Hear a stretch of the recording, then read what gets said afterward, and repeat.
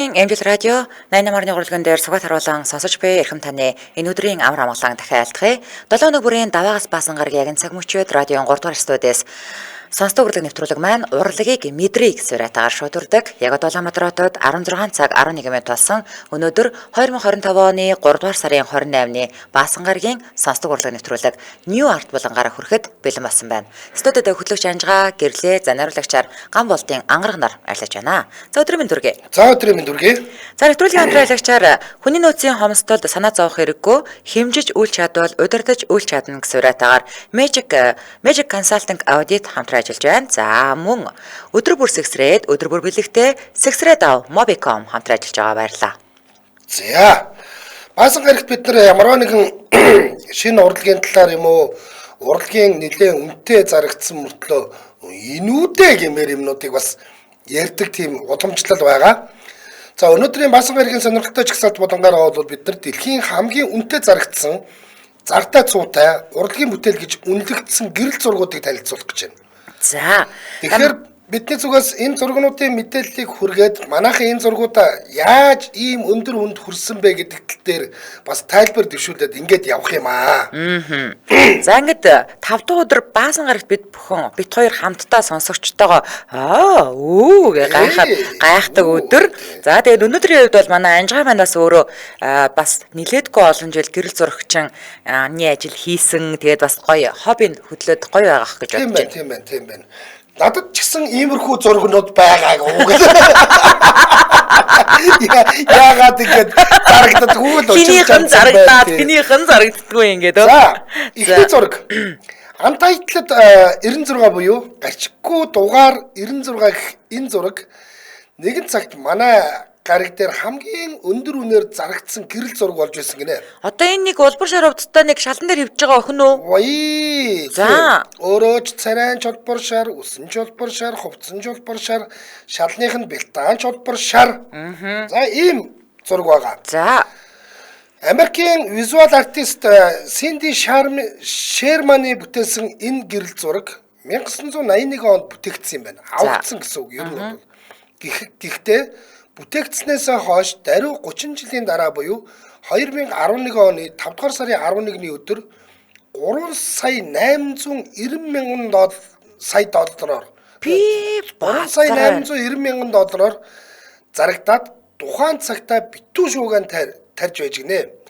За 3 сая 890 мянга гэдэг бол Монгол мөнгөөр бодох юм бол 13.5 тэрбум төгрөгөө. Хөө би нэг ийм оранж хувцсомсоо шалан дээр өвчээ. Тавны зургийг авчих. Яваад. Тэгээ хоёулаа ингээд 3 сая 890 мянгаар зарчход яг сайхан хуваагаад авахд чи хүний 7 тэрбум шахан болно гэж. Йоо. 7 хавс авах нь ш тойлоо. Нэг хүний ёо. Ямар амар хэрэгвэ. За болгон нэг хаваасандаа очиж оноод явахд 7 хоног нөө штэ. За шаргал фотолог дөрвөлжин хээтэй юб хүмсэн охин шаргал өнгөтэй шалан дээр бодлогошрон хэвдэж байгаа энэ зургийг авахдаа артист Cindy Sherman энэ охин галтгооны өрөөгөө ээжийнхээ зараалаар цэвэрлэж байгаад нэг сонин харсан. Сонин дээр чи ганцаардж байна уу? Найзтай болмоор байна уу? Эсвэл аялахыг хүсэж байна уу гэдэг үг уншаад галтгоогоо цэвэрлэх ёстой бодлоо мартаад сонноос урж авсан хэсгээ бариад амьдралаас юу хүсэж байгаагаа бодоод хэвтэж байгаагаар энэ зургаа сэтвчилж дарсан гэж ярьжээ. За. Яа. Тийм байна. Гартан нэрээ нэг сонины тасархаа байгаа юм байна шүү дээ, тийм ээ. Би ч гэсэн амьдралаас юу олж авч чадах вэ гэж бодож чадсан шүү дээ. Αυτό сайн боддоо хараа. Үгүй. Ихлэ бод чи инээгээд авах юм байна. Ихлэ бодох хэрэгтэй байхгүй чи. За зургийн хуулбарууд нь Нью-Йорк хотын орчин цагийн музейн урлагийн хэсэгт байршсан байдаг. Мөн Чикагогийн урлагийн институт, Роттердамын урлагийн музейд бас байдаг юм байна. Зургийн үндсэн хэмжээ бол их хэмжээ нь 61-ийг харьцан 120 см хэмжээтэй эзний мэдээлэл харин байдаггүй буюу эзэмшигч нь өөрийгөө нууцлсан байдаг гинэ. Яг одоо энэ нөгөө нэг 389 сая доллараар худалдаж авсан хүний нэр бол нууцлагдмал гинэ. За. За энэ бэштэй гэрэл зурагт зөвөр би яг хүмүүст жоохон нэмэт мэдээлэл өгөхөд гэрэл зураг айгүй гоё байхгүй юу? Юу гэхээр дарагдсан даруйдаал те хааны газар нийтлэгтгэл юм бол те копирайт нь эхэлж идэг. Автоматар. За. Автоматар эхэлж идэг. За ингээд одоо юу гэдэг гэрэл зураг дээр би одоо жишээл заавал ингээд оюуны өмчийн газар очиод энэ миний гэрэл зураг шүү гэж ингэж баталгаажуулдаггүй байна шүү дээ. Авагдаад ялангуяа дижитал гэрэл зургууд бол дижитал орчинд эхлээд тавигдсан үеэс эхлэл ямар нэгэн байдлаар копирайт нь хамгаалагдчихдаг. Тэр дижитал зургийн ардталт метадата буюу те энэ зургийг ямар камераар хизээ хин гэдэг хүн ч байх. Ер нь хизээ ингээд дарсан юм бэ. Тэр нөгөө камерын сервертэйг хадгалагдсан байдаг учраас дараа нь маргалдаад нэмэр байдаггүй. За. Уучлаарай энэ ингээд ийм юм те. Одоо миний компьютер дээр анх ингээд тэдэн сарын тэдэнд хийгдсэн байжгаад одоо энэ компьютерийн хаардан дээр байжгаад онлайнд бол тэдэн сарын тэдэнд оруулсан ингээд тодорхой юмаа гэдэг нь ингээд харагдаж идэг учраас тэрэн дээр маргалдаад хинч барж идэнэ гэж байхгүй. Үгүй миний зураг мураг гэж гүрийгээд нэмэргүүл гэсэн үг. Тийм байна тий. За. За дараагийн танилцуулах гэрэл зураг бол Rhine 2 гэдэг нэртэй зураг байгаа. За манайх орж ирээд хараарэ. 2011 онд 4.3 сая доллараар зарагдсан энэ зураг бол Европ төвийн орнуудаар дамжин урсдаг алдарт Rhine мөрнийг тал талаас нь авсан ийм 6 цогц зургийн 2 дахь зураг гинэ. За яасан бах нь Монгол мөнгөөр 14.9 тэрбум төгрөгийн зураг гинэ. Пэш нөгөөдгий чинь даваад алга болсон байна шүү дээ. Тэгэлгүй яах вэ? 4.3 сая гэдэг чинь бадсар байна холбоод. За шууд харахад бол одоо сонсож байгаа хүмүүстээ хандаж хэлэхэд зүгээр л цэнхэр тэнгэр ногоон тал Rhine мөр нь урсаж байгаа. Бараг л тэгшимтэйгээр зурчихсан юм шиг энэ зургийг 1999 онд авсан гинэ. За уг нь зургийг авсан яг энэ хэсэгт хүний хүл хөдөлгөөн маш их байдаг гинэ. Уул нь бол ингээл хүмүүс ингээл гоё агаарч салхилаад явж байдаг. Гэхдээ гэрэл зурагчин Андрес Гүрский эргэн тойрондоо ямар ч хөнгүүгээр зөвхөн тэнгэр, газар, ус гэсэн мохотуудыг багтаан маш цэвэрхэн дарснараа энэ зураг алдартай гинэ. За 14.9 тэрбум төгрөгөөр зарагдсан зургийг Кристис дуудлага худалдаа тайлбарлахдаа хүн төрлөختөн 21-р зууны ирмэг дээр ирээд байгаа энэ үед байгаль их дэлхийн бодит өнгийг ямар ч илүү өнгө төрөхгүйгээр гаргаснараа онцлог зураг гэж яг нүүнэг тэр дуудлага худалдааных нь болохоор одоо тэгж тодорхойлсон юм байна. За зураг авсан тухайн өдөр нэг тийм бүүдгэр үүлэрхэг өдөр байж таарсан юм байна л да. За тэр ч утгаараа зарим гэрэл зураг сонирхчид энэ зургийг яг шүлэг яруу найраг шиг зураг гэсэн байсан. За Дүсселдорф хоттой ойролцоо байдаг хэсгээс нь зургийг авахдаа үүлийг оруулахгүйгээр дарах гэж гэрэл зурагчин үүлэн зоргогийг хүлээсэн юм байна. Одоо нэг үүлэн зоргоо наран гэл ярьдаг оруулах гэж тий. За тэгсэн чинь яванда за өвөл бол угаасаа байгалийн л нэг хэсэг. Тийм болохоор энэ зураг нь өвөл орлоо гэдээ одоо байгаль гэдэг өнцг нь үүсгэхгүй гэж бодоод зургаа дарсан гэж дурсан байт юм байна. Гэхдээ энэ өндөр үн хүрсэн зурагнаас үйлдвэрийн барилгыг эдит хийж хассан. Яасан бах нь. Гэхдээ дижитал хасалт хийсэн ч байгалийн үзэмж гоо гаргасан гэдгээрээ энэ зураг их өндөр үн хүрчээсэн юм байна. Ингээд зураг 190-ыг харьцах нь 360 см-ийн хэмжээтэй. Эцсний мэдээлэл харин байдгүй. Энэ зургийг тэр энэ өндөр үнээр худалдаж авсан гэдэг нь бол байдгүй буюу эзэмшигч нь өөрийгөө нууцлсан байдаг. Энэ шүү дээ. Яг гоо гэрэл зурагт бол нэг хитэн дөрмүүд бий л дээ. Алтан дөрм гэдэг нэг одоо жишээд бол яг одоо гол харагдах гэж байгаа зүйл, харуулах гэж байгаа зүйл бол ингээд нөгөө нэг спралтж явсаар хагаад ингээд нэг алтан одоо цэг гэж байдгийг. Зүүн дээд болонд баруун доод болонд гэдэг ингээд 2-3 газар байдаг. Яг тэр бол хүн ингээд зургийг ингээд харахтаа яг эхлээд хардаг хоёр төвшин юм байна л да. Тэгэхээр тэрэн дээр одоо яг гол дүрийг харуулах гэж байгаа зүйлээ тааруулдаг нэг ийм дүрм байгаа юм. Дахиад одоо энэ зургийг авсан дүрм байна л да. Энэ бол тэгшгимийн дүрм гэж. Яг тэнгэр, газар, ус, газар, зам, газар бүгдээрээ яг ингээд тэгшимтэй байгаа. Бүгдээрээ ингээд тэгшимтэй. Тэгшимийн дүрм мөрөмгээд энэ бол ялч байхгүй те одоо нөгөө бүх дүрмийг баримтлсан супер зураг үгүй супер зураг байна. Гэтэл надад ч нэг ийм зураг бол байгаа шүү дээ. Надад бол байгаа нэрээ. Йоо. Одоо юу гэдэг ган нуурын дээр авсан ч зураг байгаа. Одоо энэ 22-ын төвчний задлын гунтай нуурын дээр авсан ч зураг байгаа тий. Байгаа юу байгаа. Та одоо юу штэ тий. Нэгдүгээр дуудлага худалдаанд оруулах хэрэгтэй байна. Үгүй хамгийн эхлээд фото зургийн үзэсгэлэнгээ нэмээр байна. За тэгэнгүүтээ дараа нь тэр дундаасаа супер зургнуудаа 2 ч юм уу 1 ч юм уу зургийг дуудлага худалдаанд оруулмаар байна. За тэгээд нэрээ тэр чинь худалдаж авах эсвэл нэг хүн олмоор байна. Тийм ээ, тийм. За. Монгол улсын засгийн газар мөнгө гаргаад нэгнийхээ зургийг авчихад цаашдаа ихаад зураг зарагдаад татвар нь ороод явна шүү дээ уг нь тий. За миний дараагийн зураг танилцуулах гэж байгаа зураг бол энэ бол харин жинкнээс урлагийн бүтээл шүү. За. Манайхан орж ирж хараарай. Гой эмхтэй хүний нүцгэн одоо юу гэдэг лээ энэ чинь хондлоо харагдаж байгаа. Хондлоо гэдэг үстэй бөхсний дэдэл чинь. Ууц нуруу. За. Дараагийн танилцуулах зураг бол Ингрисийн хийл гэдэг нэртэй нэлээд эртний гэрэл зураг байгаа. За. Хаавсан 1924 онд авсан энэ зураг энгийн нүдээр харахад ч эмэгтэй хүний үзэмж гоо төгс биеийг ар нуруунаас яг хийл мэт авснараа онцлогтой зураг л да. Энэ нэг хоёр юм яг шивээс муу юм уу? Шивээс үгүй юу гэдгийг одоо хэлнэ. За. 1920-од онд сюрреализм маш их газар авч байсан. Яг тэр ч утгаараа сюрреализмын гол төлөөлөл болсон энэ зураг өнөөдөр ч дэлхийд дахинд маш алдартай хэвээр л байгаа. За. 2022 оны 5 дугаар сарын 14-нд Christie's Нью-Йоркийн дуудлага худалдаан дээр 12.4 сая доллараар зарагдсан. 12.4 сая доллараар зарагдсан. Энэ гэрэл зургийг манай гариг дээр хамгийн үнэтэй гэрэл зурагт тооцдог. Монгол мөнгөөр тооцвол эн чинь 43.2 тэрбум төгрөгөө. Йой. 43.2 тэрбум төгрөг.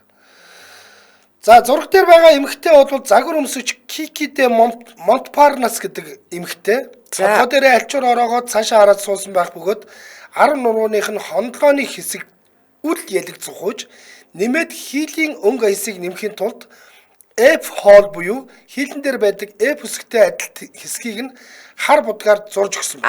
Шууд зурцсан юм байна тий. За. За энэ зургийн нэрч бас учиртай.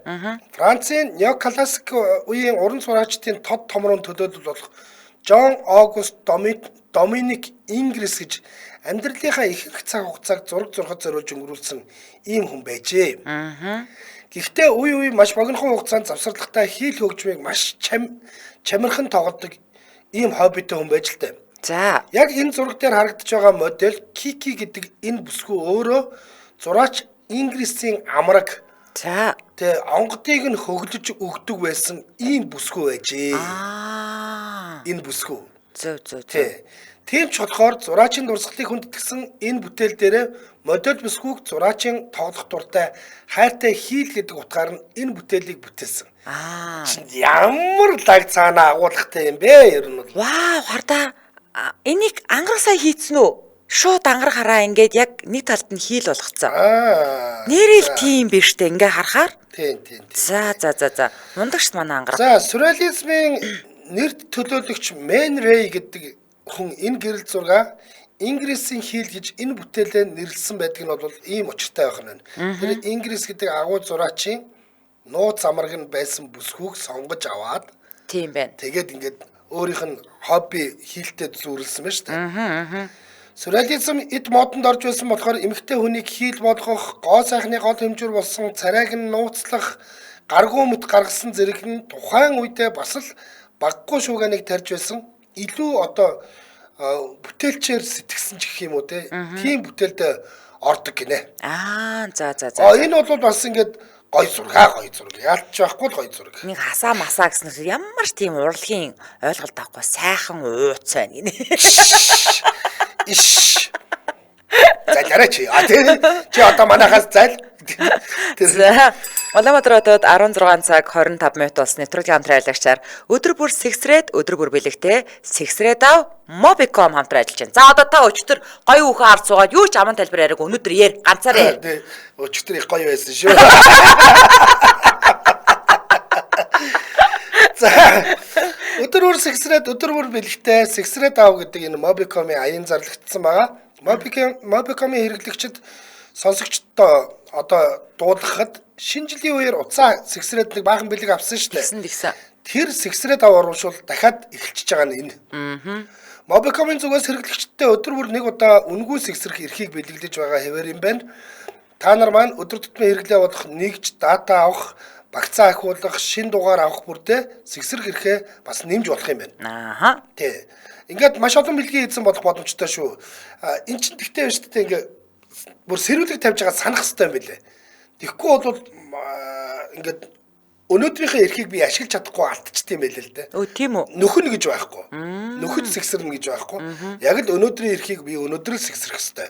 За ингээд та яг одоо Mobicom app-ийнхаа сэгсрээд баннер дээр нь дараад сэгсрээд өнөөдрийнхөө бэлгийг аваарай.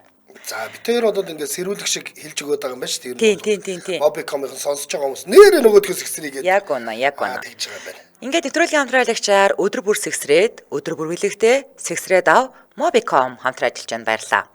За сонсдог урлагийн нэвтрүүлэг радиогийн 3 дугаар студиэс New Art болонгаараа үргэлжлэн хурж байна. Өнөөдөр бид хоёр гайхалтай өндөр үнээр зарагдсан гэрэл зургуудыг танилцуулж байна. За тийм. Ингээд дараагийн танилцуулга бүтээл бол цөөрөмдөх сарны туяа гэдэг нэртэй бүтээл байгаа. За энэ бол гэхдээ надаа үнэхээр гой санагдсан энэ зургийг хараад. Энэ бол ахаад нөө нэг миний төрөний хилдэг те тэгшим гэдэг юмыг яг баримтлсан тийм зураг байгаа даа. Тэний гоё яаж тэр энэ цөөрөмд ингээд тэр сарны гэрэлдийн моддын сүүдэр мүдэр нь ямар гоё туссан. Яг ингээд шагааж байгаа сар байгаа. Харин тийм. Яг шагааж байгаа сар.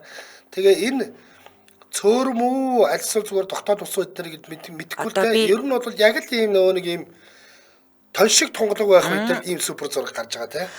За бас л нилээд дээхний гэрэл зураг тооцогддог энэ бүтээл 2006 онд Sotheby's Нью-Йоркийн дуудлага худалдаан дээр 2.9 сая долларын үнэ хүрч хүмүүсийн амыг нь ангаалгаж байсан. За зэрвс харахад аимшигын киноны нэг тийм цэврүүн жихүүн мөчийг санаадуулах энэ гэрэл зургийг 1904 онд Нью-Йоркийн Mamaroneck давсан гинэ. За тухайн үед гэрэл зурагчин Эдвард Стенхен өөрийн найз урлагийн шүүмжлэгч Чарльз Кафений зочилж ирээд байсан юм байна л да. Тэгээд шөнийн сэрүү агаарт гарч алхмаар байна гэд гараад алхаж явхдаа ойн цорхоогоор цөөрмийн усан дээр сарны туяа туссан маш төгс зураглалыг хараад шууд буцаж очиж камера авчираад энэ зургийг дарж исэн юм түүхтэй байна. Зургийг ямар нэгэн хувь хүн бол эзэмшдэггүй. За Америкийн гэрэл зургийн урлагийн үн төв гэж тооцогддог энэ зураг Нью-Йоркийн орчин цагийн музейд байдаг. Өөрөөр хэлэх юм бол Нью-Йоркийн орчин цагийн музей энэ хоёр худалдаад авсан байна. За харин хуулбар зураг нь түрүүн хэлсэнчлэн 2006 онд дуудлага худалдаагаар ороод хуулбар зураг нь шүү. 2006 онд дуудлага худалдаагаар ороод 2.9 сая доллар буюу 10.1 сая доллараар зарагдсан. Хуулбар нь ингэ зарагдсан гэж дээ анжгаа. 2.9 сая доллар буюу 10.1 сая төгрөгөөр. Төгрөгөөр. Гэхдээ энэ ийм л дээ. Гэрэл зурагч нь бол ингээд хуулбар одоо жишээлбэл уран зураг бол те Чиконда шиг зурхын тулд айгүй нарийн шаардлагатай байхгүй юу? Гэрэл зураг яах юм? Пленконд байгаа бол ахаал хевлэл болоо шүү дээ. Тийм ээ? Тийм учраас нэг актер хуулбар орих хоёрын хооронд бол ямар ч ялгаа байхгүй. Тийм ээ. Тийм. За миний дараагийн танилцуулах гэж байгаа зураг бол түрүү ярьсан сюрреализмын нэрт төлөөлөгч энэ Мэн Рэйн гэдэг нөхрийн хар ба цагаан гэдэг нэртэй зураг байна. За зураг дээр харагдаж байгаа энэ зурчихсан юм шиг төрхтөө бүсгүй бол түрүүн буруу хард суугаад хийл болгочихсон байсан модель бүсгүй буюу Кикин юм байна. Түрүүний хүүхний ч царай ийм гоё. За тэр ууц нурыг нь ардаас нараад исэн хүмүүс одоо орж ир царайг нь хар. Яа, хомсог момсог нь бол хараацсан жигүүр цаашаа юм байна. Хараацсан жигүүр бол ичгээр юм байна. За 1926 онд авсан энэ гэрэл зураг одоо хүртэл харцгаан өнгө сүүдэр хүний царайг төгс гаргасан бүтээл гэж ингэж үнэлэгддэг юм байна. Модель Кики Монтпарнасе гэдэг энэ зураг дээр нүдэн анаад ямар нэг сэтгэл хөдлөлгүй хэвтэж байгаа нь бас учиртай. За энэ гэрэл зургийг аваад байгаа артист Мэн Рэйний хүслээр бодвол энэ зураг дээр ямар ч өөсөвгүй харагдах моделийн царай төрх гартаа барьсан тас хар өнгөтэй Африк багтай яг адил тэр Африк багны цагаан баг нь болж ингэж харагдах хэрэгтэй юм байна л да. Нэгэсэндээ бол хар цагааны контраст үүсгэх гэж ингэж дарсан юм байна. За одоо ингээ харах юм бол нэрнгээсээ ингээд хөвтүүлээд ингээд тавих юм бол энэ багны хэлбэр хүүхний царай хоёр нэрэл оролцоод хэлбэртэй юм байна. Тийм ээ. Артист Мэн Рэй өөрөө Африкийн соёл урлагийн бүтээлд маш дуртай хүн байсан. Тэр ч утгаараа Африк урлагийн бүтээлийг барууны ертөнцид тэр бүр мэдгүй байхад Мэн Рэй өөрийн бүтээл дээр түлхүү ашиглаж олон таниулахад нь их тусалсан гэдэг юм байлээ. Энэ Африкийн энэ одоо энэ Африкийн энэ яг ийм нөгөө нэг үнэтэй хар тэр нөө амар модоор улаан мод содоор хийсэн энэ Африкийн том багнууд ч өөрсдөө амар үнэтэй юм билээ. Бүр ингээд цуглуулагчдын ирж хайж олдог те маш өндөр үнээр худалдаж авдаг тийм юм байлээ шүү дээ. Одоо энэ хүүхний барьж байгаа шиг багнууд За. Өө мэдмээр юм байна. Тийм болсон юм байлээ. 17 харьцан 22 см хэмжээтэй энэ зураг бол 2017 онд 3.1 сая доллараар зарагдсан байдаг юм аа. Энэ Монгол мөнгөөр бол 10.8 тэрбум төгрөг гэсэн үг. Тий 10.8 тэрбум төгрөг. Ингэнэ. За 17-22 гэдэг чинь үстэй А4-ын цааснаас жоохон байхгүй. Төө тийм үү? Тийм шүү дээ. За. А4-ын цаас чи 20-30 шүү дээ. 20-30 байдаг. За яг цэврээрэж арай л нарийн хөвцөл 30.1 хэдчүүлээ тийм байдаг. Гэхдээ энэ 17-22 гэдэг бол А3-ын цааснаас бол хамаагүй жижигхэн л байна гэсэн үг. А4-ийн цааснаас, бичгийн цааснаас жижигхэн гэсэн үг. За. Энэ нэрээ гоё зураг юм байна өө. Ярих юм байна. За. Дараагийн танилцуулах зураг бол үхсэн цэргүүдийн яриа гэдэг нэртэй зүрх шимшрүүлэн мэм гэрэл зураг байгаа. За манай хоорч ирээд хараарай. Үнэхээр шимширмээр бүр яг ингээд бодит гэж бодохоор амар. За 1992 онд цацагдсан энэ гэрэл зураг дээр гэрэл зурагчин Жеф Бол бодит дайны үеэр амиа алдсан цэргүүдийн дүр төрхийг буулгасан. Тэгээ 1986 онд камертаа буулгаж 1992 онд олонний хүртэл болгосон энэ гэрэл зургийг 1986 оны өвөл Афганистаны Мокор хотын ойролцоо зөвлөлт Оросын цэргүүд отоонд орж бөөндөө амиа алдсан үйл явдлыг буулгасан. Яа, ямар амар юм бэ? Амар газтай. Зураг дээр харагдах зөвлөлтийн армийн 13 цэрэг бүгд гар хүлэнд тасарсан. Үхлийн аюултай шарх авсан боловч үхлээс босч ирээд үг хэлэх шиг санагдсан учраас зүрх өвтгсөн энэ зургийг камертаа даржээ. За сайн ажиглавал нэг цэрэг нь одоо нөгөөдөө шархаа харуулаад ч байгаа юм шиг энэ зураг дээр 13 цэрэгийг одоо хятсан тий 3 мужахадийн буюу Афганы цэргүүд харагдаж байгаа. Бас 3 одоо мужахадийн буюу Афганы цэргүүд харагдаж байгаа. За нэг нь цүн ухаж байгаа бол нөгөө хоёр нь Орос цэргүүдийн зэвсгийг хамж байгаа нь харагдаж байгаа. За гэрэл зурагчин Жеф Волын хэлснээр Афганы дайны тухай надад ямар ч ойлголт байхгүй. Гэхдээ тэр цэргүүдийг тэнд ам өргөцсөн хүмүүсийг хүндэтгэж ямар нэг зүйл хийх хэрэгтэй юм шиг санагдсан учраас тэд нарыг өгсөн ч гэсэн амьд байгаагаар төсөөлж буулгах хүсэл төрсөн. Тэрнийгээ ч энэ гэрэл зураг дээрээ буулгасан гэж өөрөө ярьсан байлээ. За өгсөн цэргүүдийн эцүүхэн төрх харагдах энэ зураг 3.6 сая доллараар зарагдсан. Монгол мөнгөөр 12.5 тэрбум төгрөг гэсэн үг. Гэтэ одоо энэ Афганы даймаа амар тий ер нь бол Афганы Орос Афганид ч Афганы 1-р дай 2-р дай ингээ явдаг лөө Чеченийхэн ч тэгж явдаг лөө. Тэгтэл ерөнхийдөө бол Ой Афганы дайны дараа Чечений дайн болоо өстэй. Чечений дайн ч хойно штэ тий. Афганы дайнд Оросууд бол бас их л олон цэргүүдээ тэгсэн. Тэнд бас маш олон баатрууд төрсөн. Баатрууд төрхөөж хаттай чаавс өрх юмтай ингээд ам эрсдэх магадaltaй байсан ч гэсэн амьд эрсдэлгүй буцаад ирсэн л залуучууд гэсэн үг байхгүй юу? Гэхдээ юу үстэй. Одоо энэ Афганистан нөгөө нэг баахан Станы орнууд ч угаасаа социализмын үед зөвлөлт социалист бүгд найрамдах холбоотой ард улс гэдгийг ингээд харьяа республика гэж явдаг байсан биз дээ. Афган бол тийм байгаа. Афган бол тийм байгаагүй. Тэгээд тэр яг л байлцээ. Яг одоо Афганы дайн болоход байна шүү дээ. Одоо байгаа нөгөө нэг нөхдүүд байгаа шүү дээ. Талибууд. За. Талибууд манайд л байсан тэгэхэд. Тийм үү? Талибууд нь манайд л нөгөө тал нь душманууд байсан байна. Тийм штэ душманууд байсан штэ тий. Тэгээ нөгөө нэг зундан дорж байгаа душманд бодуулсан мэн гэдэг чөлөө нэг шүлэг байдаг штэ. Тэгээд душмануудыг дарах гэж талибуудын талд байлцсан болов гэж бодож байна. Тий. Би болохоор зэрэг бас одоо юу гэдэг ингээд яг тэр одоо тэгэл угаасаа задраал өөрчлөн байгуулалт явагдаал задраал тэгэл бүх улсууд нөө республик улсууд чинь гараал явсан штэ. Тэгээ би 86 он гэдэг утгаар нь яг ингээд тусгаарлах гад байхад нь дарах гад байлцсан болов гэж би бодсон байхгүй үгүй мүү тий за Чечений дайн бол тиймэрхүү дээ талдаа юу. Чечений дайн бол тиймэрхүү тий. Харьцангуй тэр талдаа шүү харин. За. Улаанбаатар хотод 16 цаг 36 минут болсон. Нэвтрүүлгийн хамтран аялагчаар хүний нөөцийн хомсдолд санаа зовох хэрэггүй, хэмжиж үл чадвал удирдах үл чадна гэсэн уриатаагаар Magic Consulting Audit хамтран ажиллаж байна.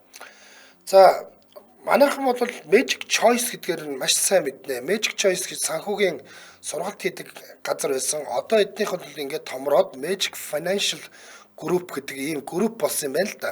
Тэгээд эднийх яадаг вэ гэхээр ерөнхийдөө компаниуд чинь нэг ингэдэг штэ хамгийн том асуудал бол тэ хүний нөөцийн асуудал. Ялангуяа ихтгэлтэй санхүүгийн ажилтны асуудал бол бүх захирлуудын шүтний өвчин байдаг.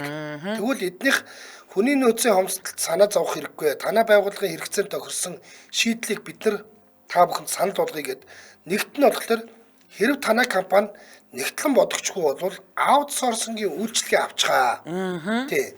Зөвхөн танай байгууллагыг хариуцсан нэгтлэн бодогчийг томилоод ажилуулчих нь сар бүр, улирал бүр, жилийн эцсийн санхүү татврын тайлангаа цаг тухайд нь алдаагүй гаргах боломжтой буюу та санаа зовох хэрэггүй. Тэнд таны аутсорсингийн үйлчлэгээ авсан нэгтлэн чинь энэ бүгдийг чи хийгээл явж гин гэсэн. Мөн гаргасан тайланд алдаа гарвал хариуцлага хүлээх бөгөөд нэгтлэн солигдсон ч ажлын тасралт ажилч нь бол тасралтгүй ингээл үргэлжлэл ийм явж явах нөхцөлийг бол эдний Magic Financial Group бол хариуцж байгаа юм байна. За тэгвэл ер нь бол ардаа байгуулгын ерөнхий нэгтлэн бодох гэдэг бол захирлын дараа 2 дахь гарын үсэг зурдаг том мессеж штэ.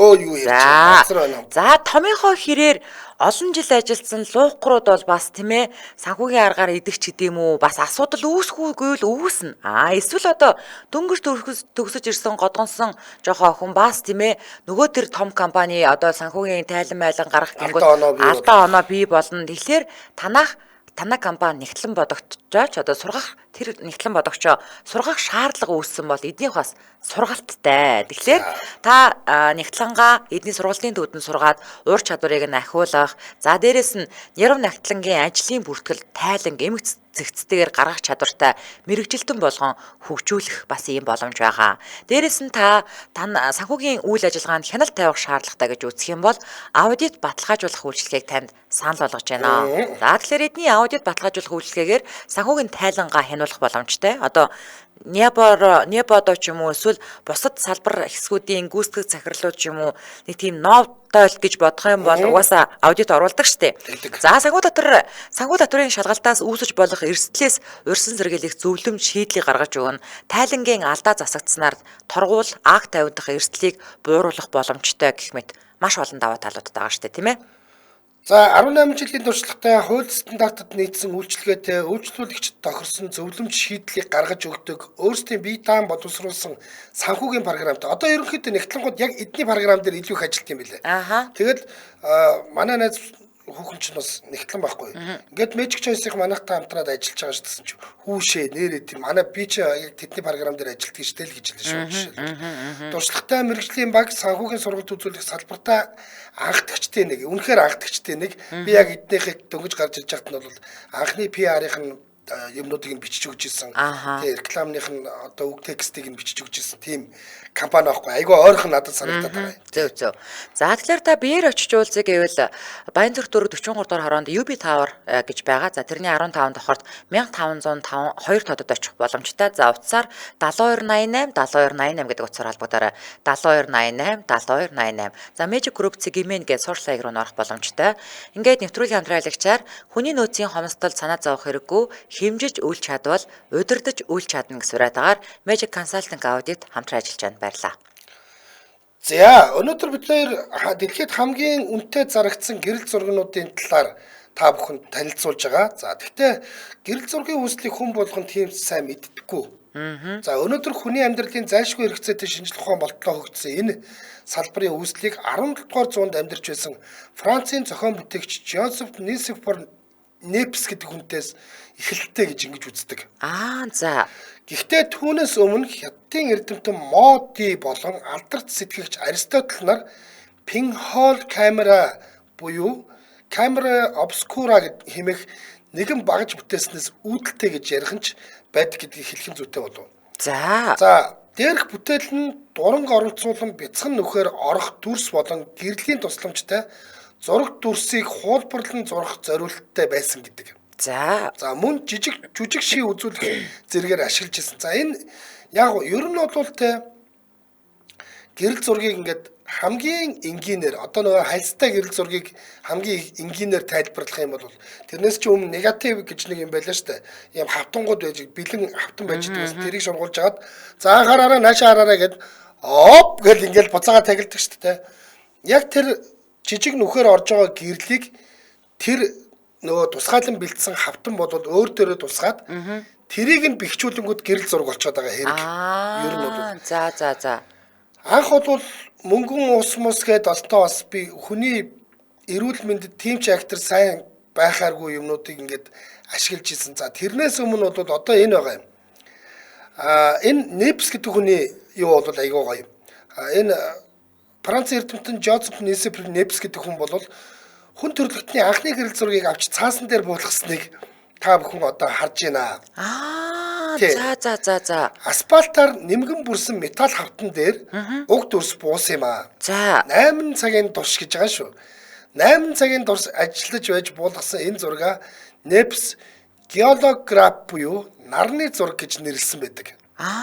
Түүхэнд анхных гэж тооцогдсон уг зургийг авсныхаа дараа Жил Непс өөрийнх нь аппарат хийгээд арга барилыг ихэд сонирхсон Луи Жак Манде Дагер гэгчтэй танилцсаж улмаар 1829 онд хамтран ажиллах гэрээ байгуулсан. Энэ Дагер гэдэг нөхөр нь гэрэл зургийн урлагийг хөгжүүлэхэд томоохон дэвшил авчирсан гавьяатын хүнд тооцогддог. Дагер анх асфальт, металл хавтан хэрэглэхээс татгалзаж йод мөнгөний уусамлаар бүрсэн хавтан ашиглах санал дэвшүүлсэн боловч Непс бол татгалзсан байдаг. Улмаар дэлхийн хамгийн анхны гэрэл зургийг авсан Непс 1933 онд хорвоог орхисон юм. Харин Дагер таалбот гэгчтэй цааш ажилласаар дагеротип гэдэг буюу тусгай төрхлөх тавтан дээр гэрлийн хүчээр зөв дүрс буюу позитив гаргадаг одоогийн слайд зургийн анхны хэлбэрийг боловсруулсан. Эхний зураг ингэсэн гэдэг юм аа. Одоо энэ зурагнаас гадна те бүр одоо юу гэдгийг хамгийн анхны бас нэг юм нэг зураг байдаг. Тэр нь болохоор нэг нөхөр гэрийнхаа ханыг нэг ханыг ингэж одоо ийм нөгөө нэг мэдрэгчтэй гээдээр ингэж битүү ингэж нялгадаад тэгээд цонхоо онгоолгоод онгоолгонгууд тэр цааталт байгаа нөгөө талын годамжны эсрэг талын нөгөө дүрснүүд байна шүү дээ. Тэр ханан дээр нь буусан байхгүй. Тэгээд ер нь бол тэ энэ гэрлийг ашиглаад ямарваа нэгэн зүйл дээр ингээ гэрэл дүрсийг ингэж бэхжүүлж болох юм байна гэдэг санаа бол тэнчэнээс гарсан гэдэг ингэдэг. Зөө. За тэгвэл энэ бол бараг л хамгийн анхны л одоо хүний яг ингээ хөргийг дарсан зураг гэж ойлгож болох юм шүү дээ тий. За. За одоо энэ миний дараагийн танилцуулах гэрэл зургийг бол өмнө нь бол ямар ч байсан хүмүүс ямар нэгэн байдлаар л харж байсан баг. Би бол харж байсан. За энэ гэрэл зураг бол үн цэнтэй гэхээсээ илүүтэйгээр харин их гүн гүнзгий утгатай зураг байгаа. Манайх орж ирээд хараараа ингээд ээж нь дөрөв хүүхдээ ингээд шатан дээрээ суулгачаад for children for sale гэж зараад байгаа байхгүй юу? Манайх зарж байна. Юу баха? Энийг өмнө бас нэг юм нэг сошиал дээрээс харж байсан баг. Харж байсан. Харин энэ зургийг ямар нэгэн байдлаар харж байсан. За зураг үнэтэй зарагдаагүй ч зураг дээр өөр нэг үнэлшгүй зүйлийн буюу хүүхдүүдийн үнц нь яригдана. За энэ зургийг энэ чинь ингэж байгаа юм. For дөрвөн хүүхдийг зарна гэсэн байгаа тийм. Тэгээд доор нь inquire written гэж байгаа байхгүй. Салгаж зарахгүй шүү гэж байгаа. Тийм. Дөрүүлэнгийн нэг дор зарах гэдэг шүү. Нэг явуулна шүү. Энэ хичдүүс учраас нэг дор нь явуулна салгахгүй шүү гэж байгаа. Гэтэл ямар өөр өмдөө бэ тий. За энэ зургийг 1948 оны 8 дугаар сарын 4-нд Чикагод авсан.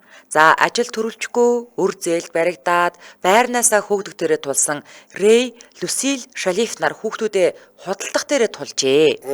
За Люсиль хевлийдээ 5 дахь хүүхдээ тээжсэн.